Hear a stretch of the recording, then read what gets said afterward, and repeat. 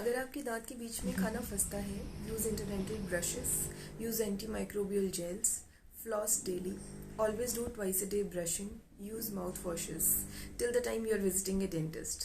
Otherwise, that is going to destruct the layers of your tooth, and if it goes inside the pulp, definitely a root canal will be required, which will be followed with a cap also. So always prevent your layer destruction and always do these means on regular basis. वैसे भी आप कीजिए ये सारे regular means, regularize कीजिए dental hygiene को, so that आपके दांतों की लेयर्स बरकरार रहें and you are able to enjoy your roughages like sprouts, amla, these corianders, herbs.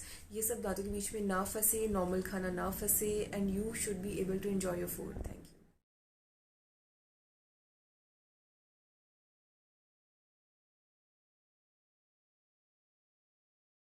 Hi.